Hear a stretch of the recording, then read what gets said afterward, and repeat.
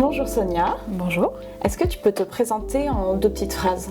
Oui, alors bonjour, je suis Sonia Guillet, je suis chargée de conseil de développement et également référente du réseau RPE de la CAF de Charente-Maritime. Est-ce que tu peux nous expliquer un petit peu ce que c'est un RPE? Alors en fait, les RPE, anciennement nommés relais assistants maternels, ce sont les relais petite enfance. Donc les relais petite enfance, ils ont vocation à accompagner les familles et les professionnels de l'accueil individuel.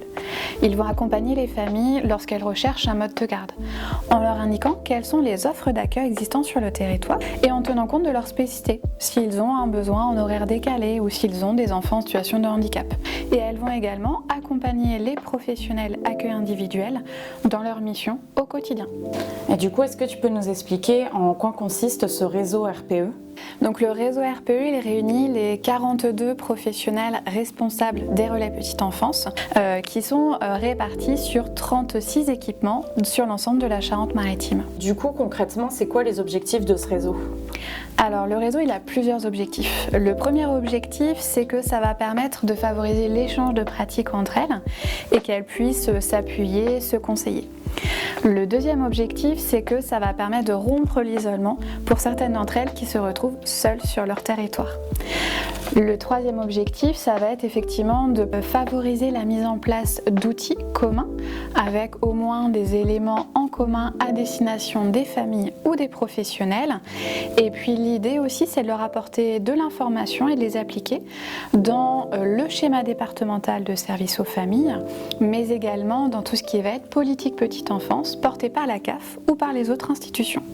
Et du coup, ce réseau, il se réunit à quelle fréquence? Pourquoi faire? Alors en fait, le réseau, il va se réunir 3 fois par an. Il va s'organiser en itinérance sur les territoires pour qu'il y ait un vrai maillage territorial. Il est animé par la CAF, donc par moi en tant que référente du réseau. Et je suis également accompagnée par un co-animateur qui va varier selon les heures du jour et selon l'expertise dont on a besoin. Ça peut être notre référente parentalité, notre référente petite enfance ou encore un collègue à moi chargé de conseil et développement. Il y a également les temps inter-RPE qui sont à des niveaux plus locaux mais qui cette fois sont organisés par les relais eux-mêmes. Et quel est le rôle de la CAF dans tout ça? Alors, la CAF est très importante puisque c'est en fait la CAF qui agrée les relais petite enfance. Donc il y a un projet qui va être présenté aux administrateurs de la CAF dans le cadre d'une commission.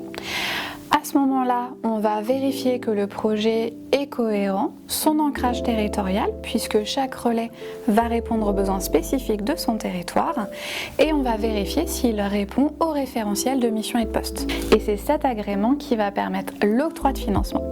Pour la Charente-Maritime, ça représente 1,6 million que la CAF verse aux équipements relais petite enfance pour leur fonctionnement, et également des aides à l'investissement, puisque en 2023, c'est 30 000 € qu'a versé la CAF pour de l'achat de matériel, de logiciels, des éléments d'animation, tout ça pour favoriser la qualité d'accueil. Si tu devais résumer le réseau RPE, tu dirais quoi? Alors, le réseau RPE, si on doit le résumer, c'est vraiment une approche globale qui va permettre de mettre en lien l'ensemble des responsables des relais petite enfance et d'être un petit peu un temps de recul dans leur fonction au quotidien. Tout ça se fait en complémentarité du travail qui est déjà mené par les chargés de conseil et développement à proximité directement sur les territoires. Et en plus de ça, le relais petite enfance, le réseau permet effectivement la transmission d'informations de la PMI, de l'Agence régionale de santé, de Page Emploi, c'est-à-dire encore une fois leur donner un maximum d'outils pour les aider dans leur travail.